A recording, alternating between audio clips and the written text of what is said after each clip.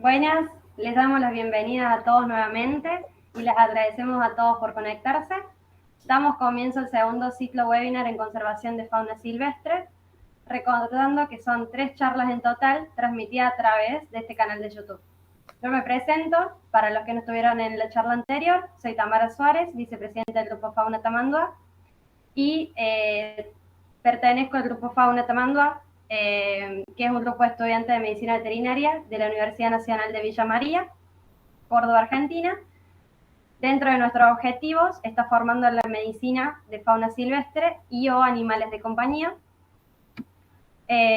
no convencionales, además de difundir información sobre todo lo que tiene que ver con la conservación de fauna silvestre, tanto para otros estudiantes y profesionales, carreras afines, como la sociedad en general. El disertante de hoy es Martín Falzone, médico veterinario encargado del Hospital Veterinario Bioparque Temaiken, que nos contará sobre la acción que tiene el médico veterinario en el centro de rescate y el aporte de esto en proyectos de conservación de diferentes especies. Le damos las gracias a todos los presentes nuevamente, y también a Lanza Huaraca, quien estuvo difundiendo sobre el ciclo. Recuerden que las preguntas las pueden ir dejando en el chat y después al finalizar las vamos a leer. Y bueno, ahora sin más que decir, te paso la palabra, Martín.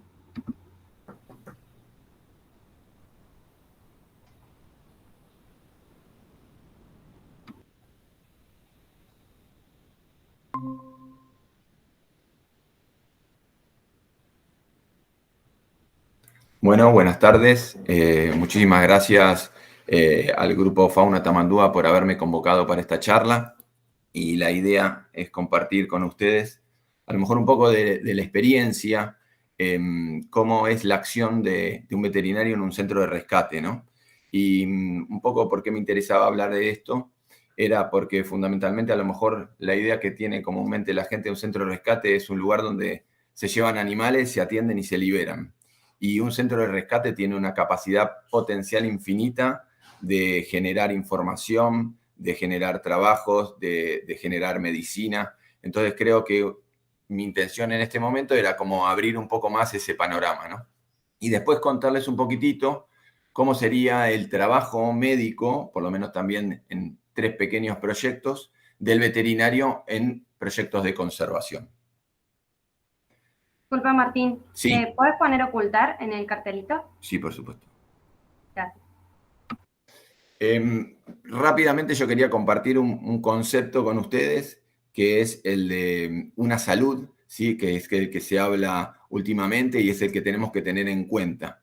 En la medida que no tengamos un equilibrio entre los ambientes en los que vivimos, los animales silvestres con los que convivimos y las personas que somos nosotros, no vamos a poder cuidar nuestro planeta. Entonces es muy importante empezar a entender que esto está interrelacionado. No es solo preocuparnos por las personas, no solo preocuparnos por los animales y los ambientes, sino es un conjunto de todo. Y es algo que tenemos que tratar de lograr, ¿sí? ¿Cuáles son los problemas que enfrenta la vida silvestre hoy en día? Básicamente es el tráfico ilegal de las especies, y esto está dado por la cacería, captura, comercio ilegal y la destrucción de sus ambientes naturales. Hoy en día está muy visto el tema de la deforestación, la fragmentación y la contaminación. Dentro de los programas de trabajo que tiene la Fundación Temaiken, que son varios, uno de estos es nuestro proyecto de recuperación de fauna silvestre y es donde se potencia nuestro trabajo en el centro de rescate. Rápidamente les quería mostrar, este es el hospital veterinario está dentro del Bioparque Temaiken. Contamos con un consultorio, una sala quirúrgica y una sala de análisis bioquímico básica.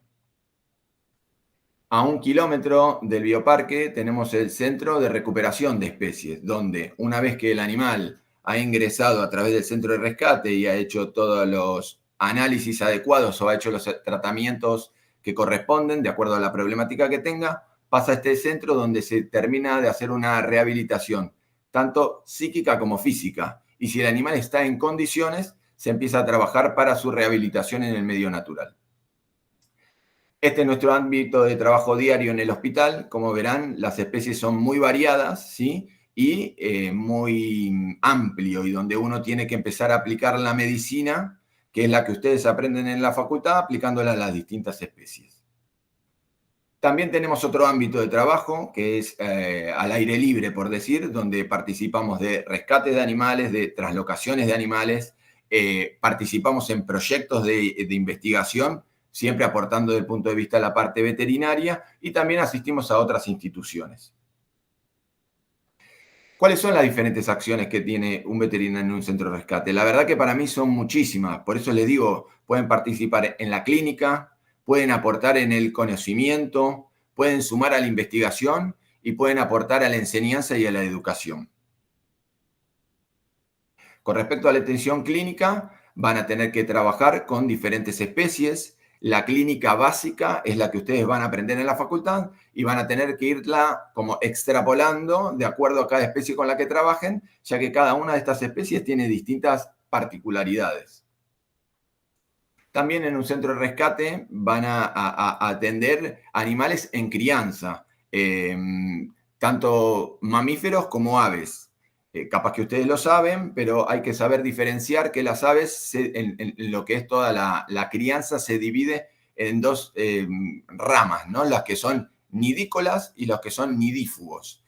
Aquellas aves nidícolas son aquellas que han nacido con los ojos cerrados, desprovistas de pelo, lo más común es un citácido. ¿Sí? Aquellas aves nidífugas son aquellas que apenas rompen el huevo, ya tienen pelo, ya tienen los ojos abiertos y siguen a la madre, como puede parecer un anseriforme, o sea, un pato.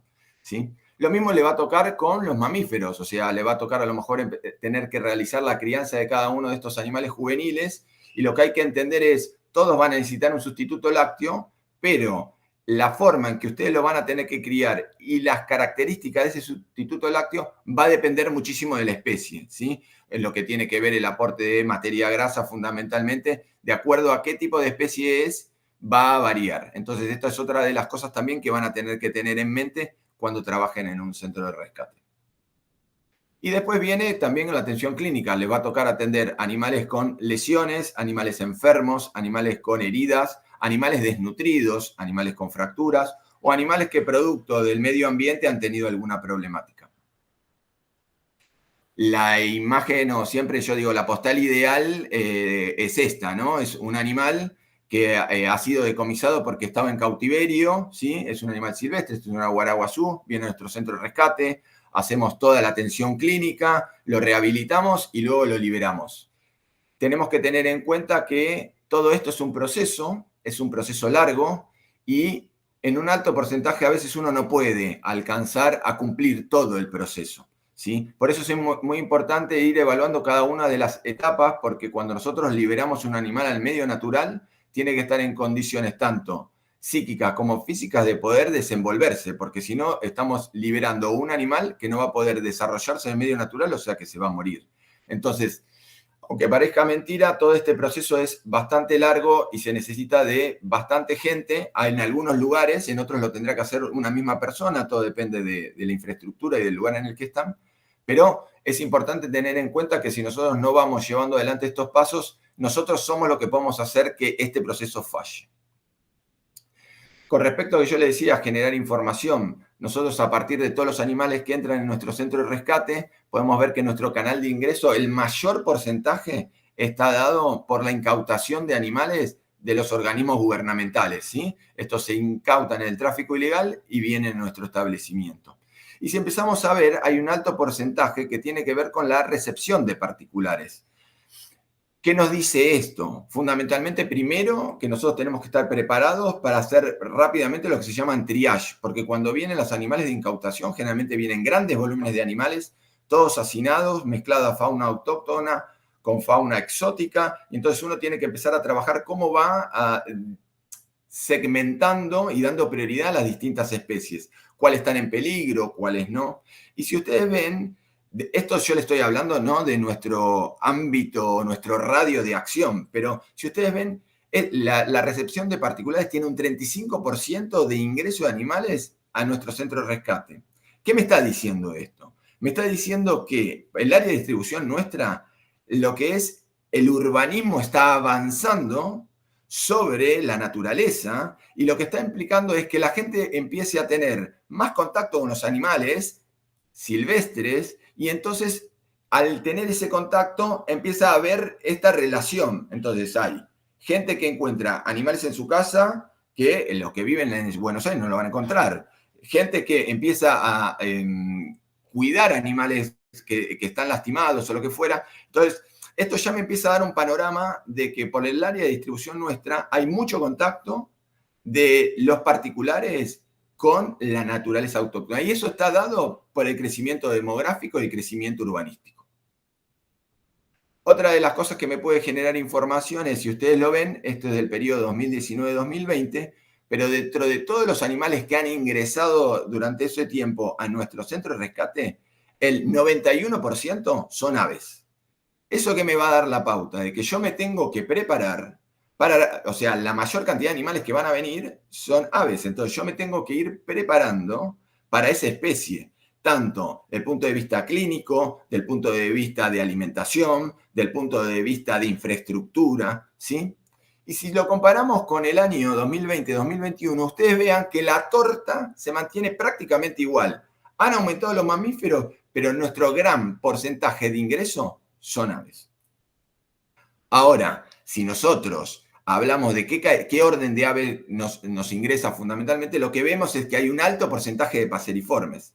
Todo esto me lo está dando la estadística de llevar adelante toda la información que me está aportando el centro de rescate. Otra de las pautas que me da con respecto a generar conocimiento es, nosotros tenemos que aprender cuáles son los comportamientos naturales de las distintas especies que queremos rehabilitar, porque eso es lo que tenemos que fomentar para poder volverlos a liberar y que estos animales sean efectivos en la supervivencia en el medio natural. En este caso particular, si ustedes ven sobre el lado izquierdo, este es una guaraguazú. Sobre el lado derecho, en el margen superior, se ve una cámara trampa. Y lo que está en el centro es un agujero que se hizo en la tierra en el cual se le pone dieta. Dieta, o sea, de animal, pero muerta, ¿sí? Porque no podemos darle dieta viva. Pero lo que empezamos a generar nosotros son pautas. ¿Cómo cambio acá? Pautas naturales de comportamiento de búsqueda de un animal en la naturaleza. Si ustedes ven y van siguiendo cómo el aguará fue acercándose al lugar, cómo buscó, cavó y sacó la presa. Si ustedes saben, y seguro que lo saben, el aguaraguazú es un animal que su dieta es omnívora, pero fundamentalmente la dieta proteica está dada en pequeños mamíferos y pequeñas aves. Entonces, generalmente el animal persigue a su presa, hurga en la cueva hasta que saca la presa. Entonces, esto me está dando la pauta que este animal, dentro de su recuperación, se está comportando como un animal normal para su especie. Es muy importante ir aprendiendo y generando esta información porque es lo que vamos a tener que ir trabajando con cada una de las diferentes especies si queremos rehabilitarlas para que se puedan volver a liberar. Esta información que voy generando a partir de las especies también me va a servir para que cuando tenga que armar los ambientes en los cuales los animales se van a rehabilitar, pueda darle todas las condiciones adecuadas para que lo hagan de la mejor manera posible. Entonces, si hay animales que necesitan refugio, hay animales que no, hay animales que son presa y necesitan otro tipo de ambiente, animales que son predadores, hay animales que van a necesitar no ser vistos, o sea, o no tener acceso a las personas, porque hay animales a veces que vienen, que los han tenido personas, que hay que desimprontarlos. Entonces, todo ese trabajo, toda esa información la voy generando a medida que voy teniendo las especies y esto me lo va dando el centro. Rápidamente, este es un checklist que nosotros hicimos. Nosotros trabajamos en la recuperación y rehabilitación de ciervos de los pantanos porque está en nuestro radio de influencia. Nosotros estamos en la zona de Escobar, muy cerca del delta, ¿sí? Y lo que o sea, todo el trabajo que nosotros fuimos haciendo con el tiempo con esta especie nos permitió armar lo que nosotros llamamos un checklist. ¿Qué es lo que nos pasa a nosotros? Nosotros estamos a 70, 100 kilómetros del área donde se encuentran estos animales, ¿sí? Nosotros estamos en el casco urbano de Escobar y esto pasa en medio del delta, en medio de las islas. Entonces, la primera persona que avista a estos animales no es ni un veterinario ni un guardaparque, es una persona que vive en la zona. ¿Cómo hacemos nosotros para darle herramienta a esa persona para entender si lo que esta persona está mirando nos implica a nosotros que tenemos que ir a atender o no al animal. Imagínense que cada movimiento para ir a hacer un rescate de un ciervo son mínimo 2 camionetas, una caja de transporte por si hay que traerlo de vuelta, 4 personas, un montón de infraestructura y cuesta muchísimo mover eso. Entonces, a partir de todo este trabajo que vinimos haciendo con esta especie y los animales que iban ingresando en este centro, empezamos a tomar algunas pautas. Por ejemplo, peso y alzada. Y le poníamos mayor a 30 kilos, menor a 30 kilos, o la alzada menor a 1,30 m, o mayor a 1,30 m. ¿Qué me daba esto la pauta? Me está dando la pauta si es un animal que es cría o un animal que es adulto. Si está atento, si los ojos están abiertos o cerrados, si las orejas están paradas o caídas, ¿sí? El ciervo de los pantanos tiene las orejas particulares muy grandes, a lo mejor vamos a ver algunas fotos y ahí van a poder ir entendiendo. Si el animal se deja tocar o no, si tiene heridas, si la persona puede diferenciar que tenga moco en la lagaña. Si ustedes van viendo, son todas pautas como muy básicas que la puede entender cualquiera. Si el animal renguea, si ven diarrea, o sea, que ven los cuartos manchados, si está solo o está en grupo, qué posición tiene el cuerpo. A todo esto nosotros le designamos un puntaje. Entonces la persona va evaluando y va haciendo su primera observación y va indicando qué es lo que a él le parece y suma todo un puntaje. Si ese puntaje, obviamente que esto está como armado, ¿no? Da mayor de 7 puntos, implica que nosotros tenemos que ir a atender ese animal.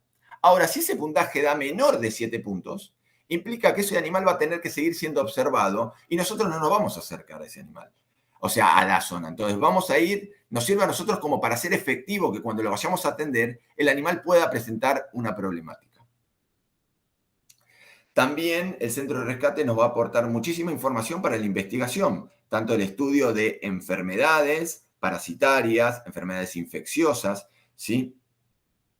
Y también nos va a dar el aporte para trabajar con investigadores. Este es un trabajo que se hizo de vigilancia de morbilidad y mortalidad de ciervo de los pantanos en la Argentina, donde nosotros con todo el expertise que teníamos podíamos aportar a todo este trabajo que si ustedes ven hay un montón de profesionales, ¿sí? Y podemos aportar con nuestro conocimiento, con nuestro expertise a trabajos de investigación.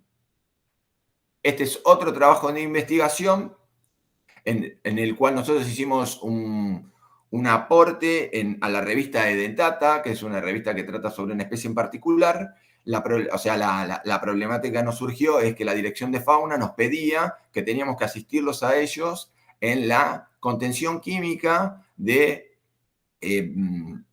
tatú carreta que habían en un establecimiento, pero nosotros no teníamos los conocimientos básicos teóricos como para poder hacer la anestesia en estos animales. Ellos necesitaban chipearlos, tomar muestras biológicas, pero sí lo que teníamos en nuestro centro de rescate eran peludos, ¿sí? Si ustedes saben, están emparentados, pertenecen a la misma especie, por más que se diferencien. Entonces empezamos a hacer prácticas de protocolos de sedación en los peludos que teníamos en el centro y ahí desarrollamos un protocolo anestésico que nos permitió ser efectivos cuando tuvimos que asistir a la Dirección de Fauna. Y lo cual después pudimos contribuir en poder hacer una presentación en la revista y bueno, eso lo pueden buscar. Entonces, hay un montón de aportes que ustedes pueden hacer a la investigación desde su centro de rescate. También en lo que es investigación pueden aportar a estudios científicos. En este caso nosotros hicimos el aporte a biólogos que estaban trabajando con pingüinos de Magallanes, en Puerto Santa Cruz, en Monte León, que es una reserva donde hay una pingüinera, y estaban viendo o tomando al pingüino como un biomarcador de la salud del mar, ya que el pingüino lo que hace es consumir los peces y a través del consumo de estos alimentos que hace el pingüino, los investigadores podían evaluar cuál era la salud del mar con respecto a la contaminación. Entonces, fuimos allá, participamos tanto en la captura de estos pingüinos, se pesaban, se tomaban muestras de sangre, se hacían lavajes de estómago y todo ese aporte nosotros después lo volcamos al trabajo que están haciendo los investigadores, ¿sí? Con respecto a investigación también, esto fue un caso particular de una cierva de los pantanos con un cuadro neurológico. que nosotros fuimos a asistir porque el animal estaba en la naturaleza, lo encontraron ahí los pobladores, que estaba medio obnubilado el animal. Entonces, una vez, después de haber hecho la captura, pudimos detectar que el cuadro era un cuadro neurológico, y entonces nuestras relaciones con distintas universidades, esta es la Universidad de Maimonides, nos permitió poder llevar el animal a la universidad y poder hacer una tomografía y una resonancia magnética y poder determinar que el animal lo que tenía era una atrofia cerebelosa.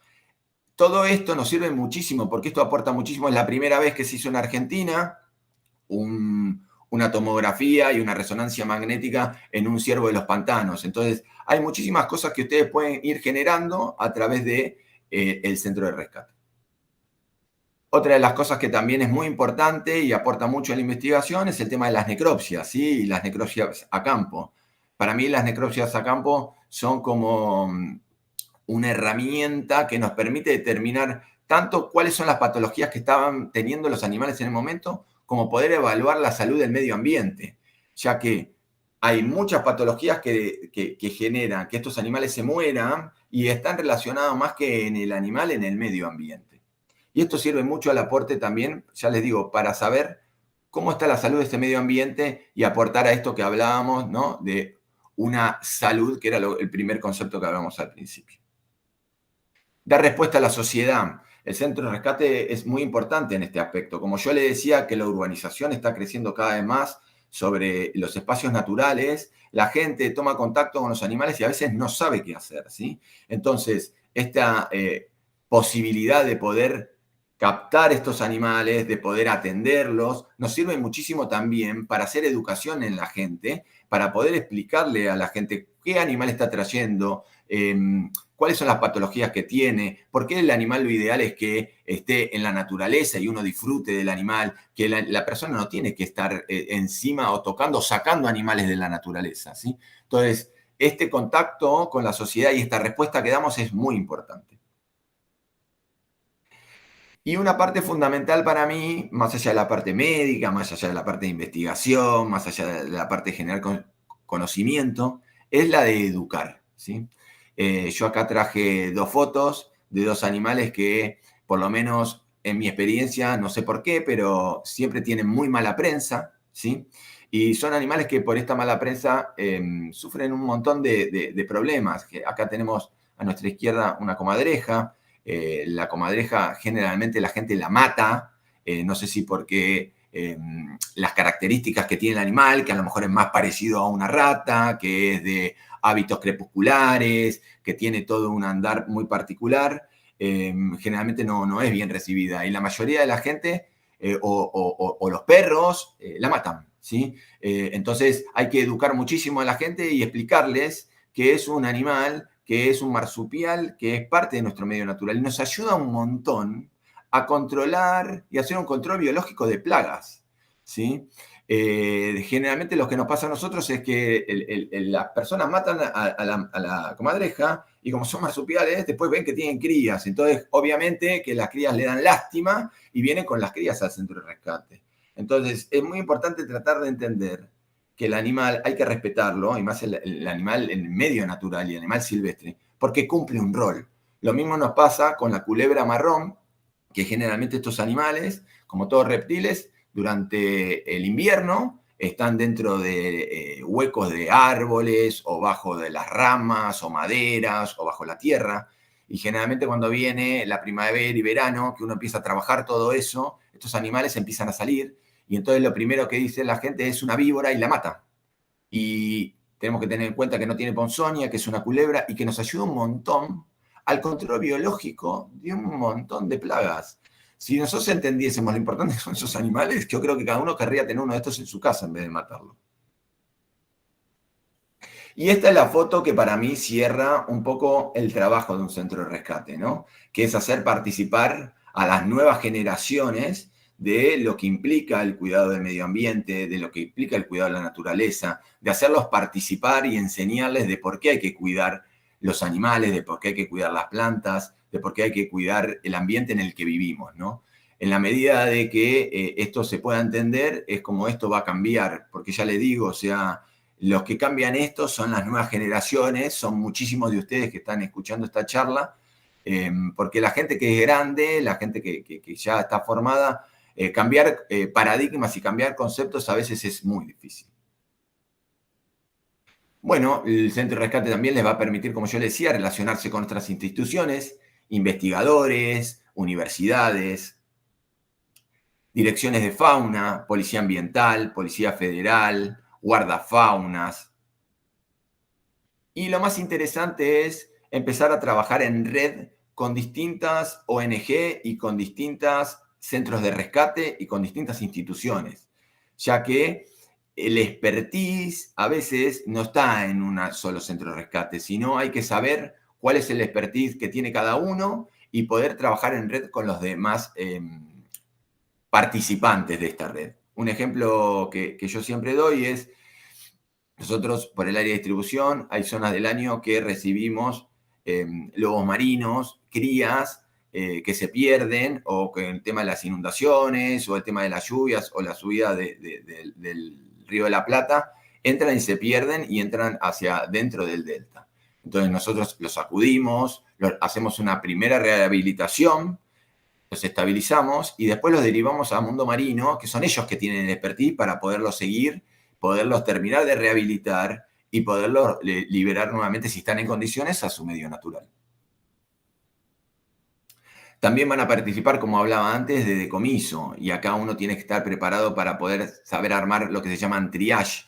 Entonces, a veces llegan muchísimos animales y uno tiene que poder entender cuáles son los animales que tienen una posibilidad de salvarse, cuáles son los animales que desgraciadamente están muy mal, y ver un poco qué es lo que se puede hacer con eso. Si vienen animales que son de fauna silvestre, o sea, autóctona o exótica, a cuál se le va a dar prioridad, cómo hay que empezar a trabajar para que estos animales enseguida empezar a generarle condiciones totalmente diferentes, porque el estrés que genera todos estos ambientes hace que los animales vengan cargados de un montón de enfermedades, incluso inmunosuprimidos. Entonces, en la medida que nosotros vayamos como entrenándonos en la llegada de estos decomisos, vamos a ser mucho más efectivos en tratar de lograr que sobreviva por lo menos la mayor cantidad de animales que llegan.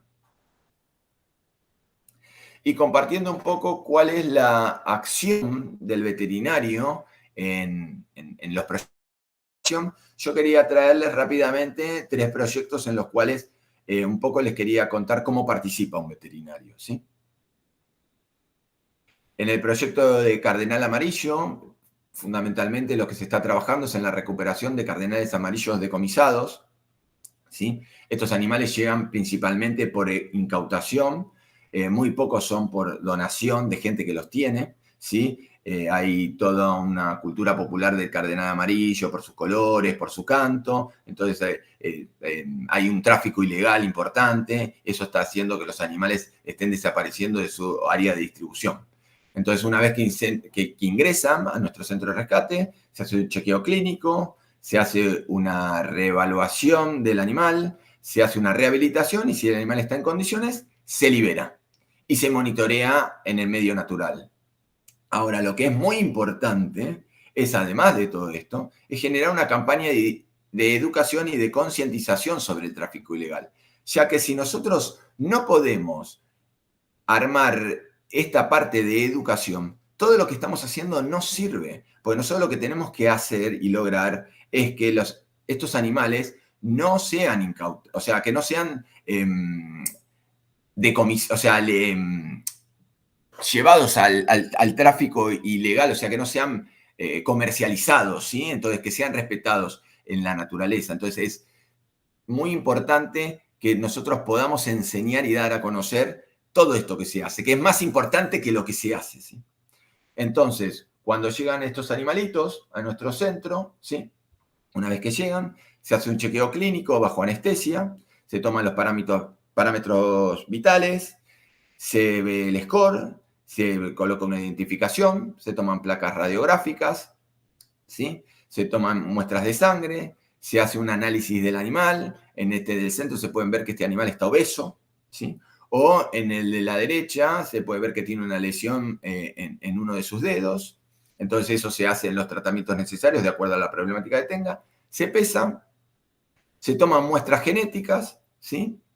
Y una vez que el animal ha pasado por todo este proceso, va a nuestro centro de rescate, como les había mostrado antes, donde inicia una cuarentena, ¿sí? Nuestra cuarentena en estos animales ronda promedio en los 2 meses, ¿sí? Durante el periodo de cuarentena, este animal se hace una observación del animal y empiezan a realizarse todas, o sea, se empieza a hacer que el animal empiece a desarrollar características para ver si el animal está en condiciones de volverse a liberar. Entonces se hace proceso de musculación, se hace que el animal empiece a volar, se le coloca a veces un rapaz para ver cuál es la respuesta del animal ante un predador. Y mientras está haciendo este periodo de cuarentena, se va evaluando toda su respuesta psíquico-física. Si el animal está en condiciones, una vez que ha pasado eso, se colocan los radiotransmisores. De acuerdo a la genética, es el área de distribución donde estos animales se van a liberar, ¿sí? Esto es más o menos entre el 2017 y 2019, se han liberado 58 animales, ¿sí? Entonces se lleva, se libera, y después los investigadores hacen todo su seguimiento de estos animales por telemetría. Este es otro proyecto, el del ciervo de los pantanos, ¿sí? Esto era un poco lo que yo les decía, ¿no? ¿Por qué hacíamos este checklist? Miren la gente que está alrededor del ciervo, es gente de la zona, este es un lugar de producción forestal, entonces está la gente trabajando ahí y los ciervos se encuentran en la zona. Entonces, esta gente a veces lo que pasa es ven 2 o 3 días el animal en el mismo lugar, entonces le empieza a llamar la atención porque ellos también los conocen, a cómo se desenvuelven estos animales porque viven en el mismo medio natural que ellos. Entonces, cuando hay un problema, llaman. Entonces, de acuerdo a este checklist, que ellos lo llenan, no nosotros, ¿sí? Se surgen diferentes alternativas. Una es, da menos de 7, desestimamos la alerta. Da cercano a 7, seguimos controlando. O se activa el protocolo. ¿A qué llamamos la activación del protocolo? Cuando sabemos que se activa el protocolo, ya nosotros nos tenemos que preparar para ir a atender al animal. Y es todo este movimiento que yo les contaba antes. Pero tenemos que ir preparados porque va a haber que sí o no atenderlo en el lugar. A lo mejor tenemos que ir y traslocarlo a otro lugar. Nos ha pasado que hay ciervos que han entrado dentro del predio de una fábrica, ¿sí? O el animal está tan lastimado, tan enfermo, que necesita traérselo a nuestro centro de rescate para su atención. Estos son los distintos escenarios en los cuales hemos tenido que atender estas especies, ¿sí? Y estos son a lo mejor algunos casos, diferentes patologías que nos han tocado atender, ¿sí? Desde animales que están enfermos, animales que se encuentran como en la foto superior derecha, en medio del follaje, ¿sí? Que la gente lo encuentra ahí. O animales como en la foto superior izquierda, que han sido criados a mano, ¿sí? O sea, que han sido criados por gente del lugar. Y cuando estos animales empiezan a crecer, fundamentalmente los machos, se empiezan a volver agresivos, ya que no le tienen miedo a la gente. Entonces, miren la distancia que está entre la persona que le va a tirar el dardo para anestesiarlo y el ciervo. Entonces, son animales que ya empiezan a ser un problema para la gente que lo ha criado, fundamentalmente. Se hace la primera atención en el lugar, diferentes ámbitos, de acuerdo en el lugar en el que tenemos que atender.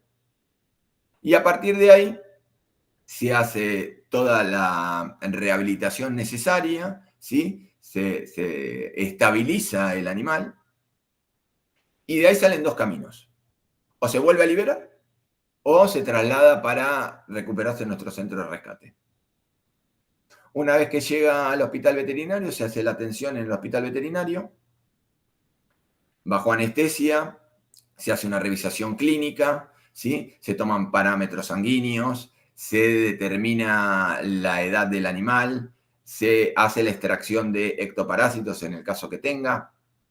Si el animal lo requiere, se toman exámenes complementarios como radiografías, ecografías, ¿sí? Se identifica el animal con un chip, una caravana, se toman medidas. Si el animal necesita un tratamiento médico, continúa en el hospital haciendo los tratamientos que necesite. Y después que ha pasado esta etapa, comienza el periodo de rehabilitación. Este periodo en los animales silvestres debe ser en lo posible, lo más corto posible. Y esto va a depender mucho de la patología y del temperamento y la especie que vamos a tratar. La rehabilitación empieza y tiene que ver de acuerdo a la problemática, que puede ser la crianza de un animal que ha tenido una fractura, una herida, un animal que tiene un proceso infeccioso, ¿sí? Una vez que se estabiliza, se trasladan a corrales, ¿sí? Más chicos, pero donde el animal puede ser evaluado, pero también se le da ciertos lugares como para que el animal pueda tener cierta intimidad y esconderse. Hay algo que a lo mejor da para otra charla, pero tenemos que aprender donde en el animal silvestre el estrés mata, por más que ustedes hagan el mejor tratamiento. Entonces hay que darle las mejores condiciones para que el animal pueda desenvolverse con el menor estrés posible. Porque ya estar en un animal silvestre en un contenido genera estrés, ¿sí?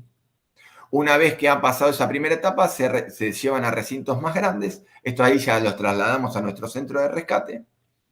Y una vez que han cumplido su etapa de recuperación, si el animal es un animal juvenil, se lleva al medio natural, donde se hace un cierre de medio natural, donde se llama un corral de presuelta, donde está la dieta natural, donde se hace un aporte a lo mejor de la dieta que se está dando y se empieza a estudiar cómo el animal se va desenvolviendo en este ambiente, ¿sí? Esto es lo que se llama una suelta blanda. El animal se deja por un tiempo, vemos que el animal consume las plantas de la zona, vemos que el animal se desenvuelve sin problema. Cuando ha pasado esa etapa, se abre el recinto que se formó y el animal se libera.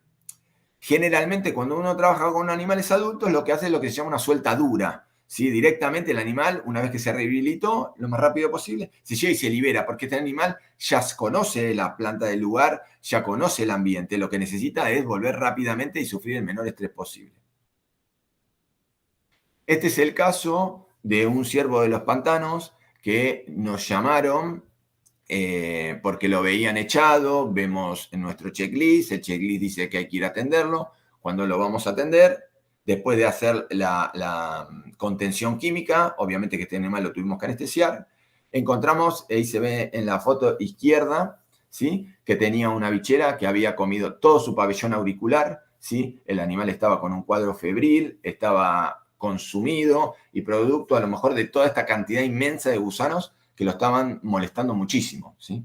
Este animal fue llevado a nuestro centro de rescate. Lo tuvimos por un periodo promedio de 4 a 5 meses, que fue lo que llevó desde la herida que ustedes ven a la izquierda a la herida que ustedes ven a la derecha, ¿sí? Este animal hubo que dormirlo más de 7 veces, y toda anestesia siempre es un riesgo, para estimular la cicatrización, para dar puntos, para regenerar tejido. Finalmente la herida cerró. Este animal entonces, una vez que ha terminado ese periodo, ¿sí? Se le puso un radiocollar y se lo traslocó a la naturaleza, ¿sí? Y se liberó. Y lo que pudieron a través del radiocollar es ir haciendo todo un seguimiento, y esto ya me excede a mí, sino que es la parte de los investigadores, de hacer un seguimiento de su traslocación geográfica en el ambiente, ¿sí? Porque hay gente que se dedica a estudiar la ubicación bioespacial de esta especie. Entonces, como podemos ver, todo esto son una serie de etapas, muy complejas cada una, que se deben llevar a cabo y que se deben llevar a cabo muy bien para poder ser efectivos en la liberación de un animal. O sea, cuando uno ve todos estos puntos en el tiempo, da muchísimo orgullo porque está indicando de que este animal pudo reinsertarse favorablemente en la naturaleza. Bueno, esto es parte de los distintos equipos que se han armado en los distintos momentos, con la gente trabajando en el delta con esta especie. Y lo último que quería compartir con ustedes es cómo nosotros trabajamos en la rehabilitación del cóndor andino. Esto trabajamos con la Fundación Bioandina, que se encarga ellos de ir monitoreando y tienen distintos centros en distintas partes del país y sobre el cóndor andino. Entonces, cuando hay un animal que lo encuentran por alguna problemática, se genera una primera comunicación que nos avisan, se transportan por vía aérea, ¿sí? El animal, y una vez que llega a nuestro centro de rescate, generalmente las patologías más comunes con las que llegan son animales que vienen o intoxicados, ¿sí? Por plomo o por organofosforados, animales que vienen con fracturas, que lo cual les impide volar, animales que vienen con lesiones por electrocución de cables de alta tensión, o animales que vienen con alguna enfermedad infecciosa, ¿sí? El animal llega a nuestro centro de rescate y lo primero que hacemos nosotros es un triage del animal, si está en condiciones de poder descansar un poco. Generalmente esos animales tienen 1 o 2 días que están en Uquelen, que vienen volando de Mendoza, de Córdoba, de Catamarca, de Formosa, ¿sí? Entonces, una vez que llega a nuestro centro de rescate, hacemos una primera evaluación. Si el animal está muy mal, implica que tenemos que atenderlo en el momento, y si no, hacemos una primera evaluación y entonces ese animal se lo deja descansar por lo menos un día. Después de ahí, sí se hace una anestesia y una revisación clínica exhaustiva que consta en placas radiográficas, análisis de sangre, determinación de plomo en sangre y los chequeos que sean necesarios, si hay que hacer una toma de muestra en particular por alguna sospecha de alguna patología, que nos va a permitir observarlo, este animal, mientras lo tenemos en observación en este momento, ¿sí? Ustedes tienen que saber que mucho del animal silvestre, de lo que tienen que aprender a desarrollar, es la parte de la observación, porque el animal silvestre, una vez que lo tocamos, el 99% va a estar o contenido físicamente o va a estar contenido químicamente. Entonces, no va a darnos una expresión de las distintas dolencias que tiene, como cuando uno revisa un animal, un animal doméstico en una clínica diaria. Entonces, hay que aprender a ver y hay que tomarse ese tiempo para poder observar el animal, como para cuando después uno lo duerma, poder, además de o sea, con los análisis complementarios y con la clínica, poder determinar cuál es el problema. Bueno, una vez que se hace nuestro diagnóstico, se hacen los tratamientos, los que el animal necesite. Y finalmente, una vez que el animal ha pasado por toda la etapa médica, se lleva a nuestro centro de recuperación de especies, donde se colocan en lugares especiales, donde tienen acceso al sol, ¿sí? Ahí ven un animal a la derecha que se está soleando, tienen posaderos. Ustedes tienen que tener en cuenta que, y esto va a depender de las especies, pero en particular los cóndores necesitan estar a una altura del piso. No importa si es muy alta o muy baja, pero estar en el piso, fundamentalmente, sin tener la posibilidad de estar en una pequeña altura, les genera estrés, ¿sí? Y eso implica que a lo mejor un animal no se pueda recuperar como corresponde. Entonces se los lleva a estos lugares, se los empieza a alimentar de forma natural, ¿sí? Se le empieza a dar presa muerta o pedazos de carne con hueso, como para que el animal empiece a hacer su actividad natural que haría en la naturaleza, y una vez que el animal está en condiciones, se libera. Bueno, rápidamente, esto era un poco lo que yo quería compartir con ustedes. Yo les quiero decir que la verdad que la actividad que tiene un veterinario en un centro de rescate es infinita, depende de ustedes hasta dónde lo quieran llevar.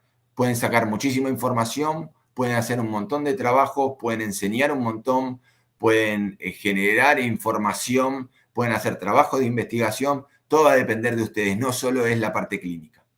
Y después con lo otro que es los proyectos de conservación, un poco contarles que la actividad es muy variada y yo fundamentalmente hago bien la parte clínica, pero depende de los trabajos que lleven adelante, a lo mejor pueden trabajar muchísimo más. Bueno, estoy dispuesto a escuchar las preguntas, si hay alguna, y agradecerle muchísimo al Grupo Fauna Tamandúa por haberme invitado a esta charla. Buenas.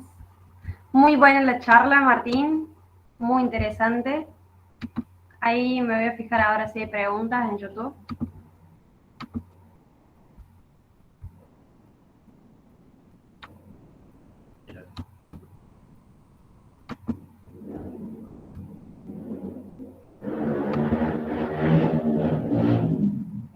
Pregunta Cintia, ¿se puede hacer voluntariado ante Maiken? Bueno, Cintia, muy buena tu pregunta.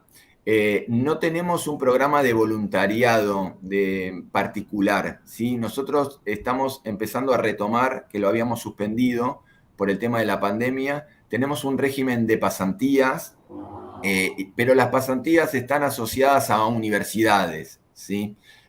No tomamos, o sea, gente particular. Tenemos convenio con universidades y hay cupo para esas universidades y ahí los alumnos se van anotando de esas universidades y nosotros sí les generamos un espacio. Sí, lo que yo te puedo decir, les voy a pasar ahora, el mail se llama residencias arroba temaiken, que es con K, ¿sí? .org.ar, y ahí sí pueden consultar cuáles serían los requisitos que tendrían que cumplir para poder hacer estas pasantías y a lo mejor ver si sus universidades no se encuentran dentro de los convenios, cómo podrían gestionar a través de sus universidades si se pueden generar esos convenios como para poder ser universidades que aceptamos como para tener pasantes, ¿sí? Pero esa sería un poco la manera. Sí les puedo dar el mail, que hoy lo estamos dando a conocer. Hay con algunas universidades que hemos empezado a generar de nuevo este contacto. Y bueno, pero es solo a través de universidades. Gracias, Cintia, por la pregunta. Buenísimo. Ahí hicieron otra pregunta. Dice, hola, mi pregunta es, ¿qué tan factible es transformar un zoo en un centro de rescate y dónde nos podemos formar en rescate de fauna silvestre? Bueno, mira, para mí un zoo, si yo digo es un zoológico, no es un centro de rescate, ¿sí? El zoológico abarca o es mucho más amplio porque en el zoológico vos podés encontrar fauna silvestre exótica, ¿sí? Que en un centro de rescate fundamentalmente lo que vamos a encontrar es fauna silvestre autóctona. Entonces, generalmente el espíritu del centro de rescate es aceptar los animales, curarlos, rehabilitarlos, tanto psicológicamente como físicamente, porque el fin final es la liberación.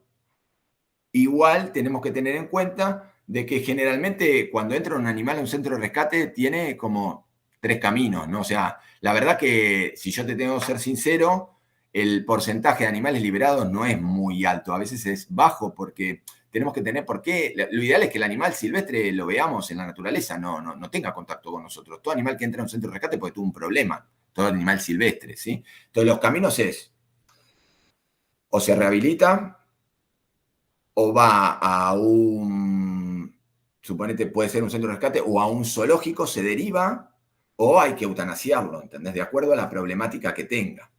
Entonces, yo creo que transformar un zoológico en un centro de rescate lo veo muy difícil.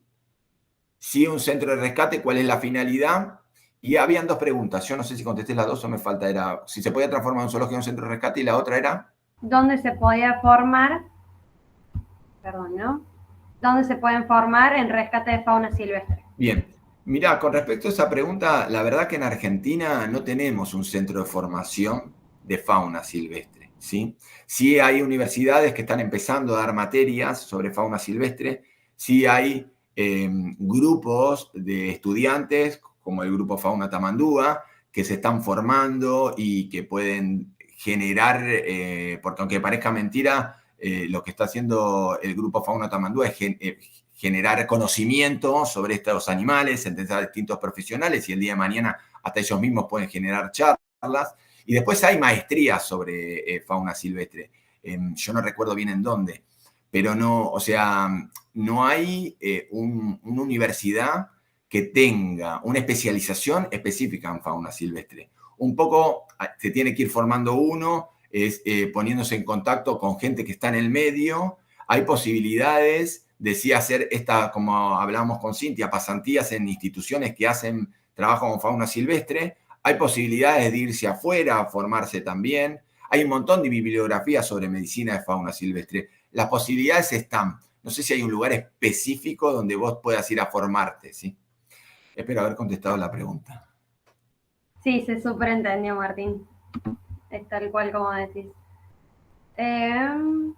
Pregunta Melina, ¿son más los animales que vuelven a la naturaleza o más los que deben quedarse en la fundación? ¿Quién preguntó? Melina. Melina, mira, tu pregunta es muy interesante. Ten en cuenta, es muy difícil rehabilitar un animal, porque generalmente cuando viene tiene una problemática. Son más los animales que no se pueden liberar que los que se pueden liberar. Sí, lo que tenemos que ir trabajando nosotros cada vez más es cómo, una vez que el animal llega, poner todo nuestro expertise médico para solucionar la problemática que tenga, y si se puede solucionar, y después cómo trabajamos para que ese animal pueda volver al medio natural. ¿Sí? O sea, suponete, lo que nos pasa mucho, ejemplo, aves. Hay un montón de aves que vienen y vienen fundamentalmente el ave viene y tiene una fractura de ala y a lo mejor viene con fracturas expuestas y la persona lo tiene hace 3 días. Una fractura expuesta de un hueso, generalmente cuando viene el hueso está necrosado. Entonces, no tiene ninguna posibilidad ese animal de volver a vivir. Y es un animal silvestre, entonces a veces hay que evaluar muchísimo cuánto, o sea, vos le podés amputar el ala, cuánto va a poder vivir un animal encerrado. A veces sí lo que te sirven esos animales es para educación, ¿sí? Entonces, sí, a lo mejor permite que vos puedas hacer la cirugía y tener ese animal que va a estar en cautiverio toda su vida, porque no es un animal que nació en cautiverio, que es muy diferente, ¿sí? Y en condiciones que tienen que ser las mejores posibles, que a veces uno no se las puede dar. Entonces, ¿cómo yo puedo trabajar para darle las mejores condiciones para que ese animal me sirva a mí para educar a la gente, ¿sí? Y cuidar a los animales, ¿sí? Que no hay que ir andando con una gomera tirándole a los pajaritos. Te doy como un ejemplo, ¿sí? Pero ya te digo, o sea, yo te puedo decir que lo que se libera es o un 50% de lo que ingresa o un poco menos. Pero ojalá te pudiese decir que es más, pero no es la realidad, porque generalmente vienen con problemáticas serias los animales que ingresan a un centro de rescate, ¿no? Buenísimo. Pregunta Cintia, de nuevo, ¿qué te llevó a dedicarte a animales silvestres y no a pequeños animales o grandes animales? Bueno, Cintia, la verdad que esa es una pregunta muy personal.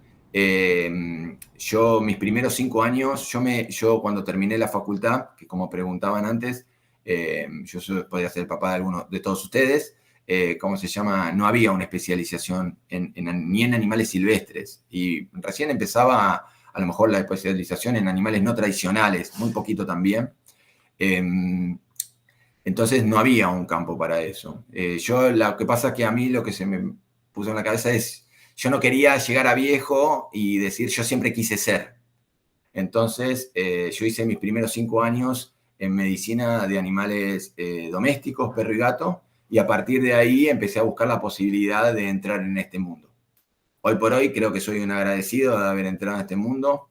Estoy en un lugar también muy particular, pero me permite desarrollarme y la verdad que si vos hoy me decís, me quedo en silvestres, no vuelvo a perros y gatos. Pero, o sea, toda la medicina que yo desarrollé o la que desarrollo también y la que sigo desarrollando es la que aprendí en medicina de pequeños. O sea que me sirvió un montón haber tenido esos primeros años en medicina de pequeños que en silvestre, porque como el choque es muy grande con todo lo que vos estás preparada y de repente te traen una tortuga que no sabes, es una cajita que no sabes para dónde rajar, o te traen un ave que no sabes cómo revisarla. Entonces es muy importante aprender a poner un catéter, aprender a hacer una fluidoterapia, hacer una terapia de antibióticos, hacer una disección, hacer una cirugía. Entonces todo eso me parece que el fuerte es pequeños, o por lo menos como yo me formé, ¿sí? Y todo eso después lo que vos vas extrapolando de acuerdo a la especie que tengas adelante. Buenísimo, Martín. Justo ahí estaba escribiendo el mail que lo estaban pidiendo. Y vamos a ver si preguntan algo más. Porque será la última pregunta.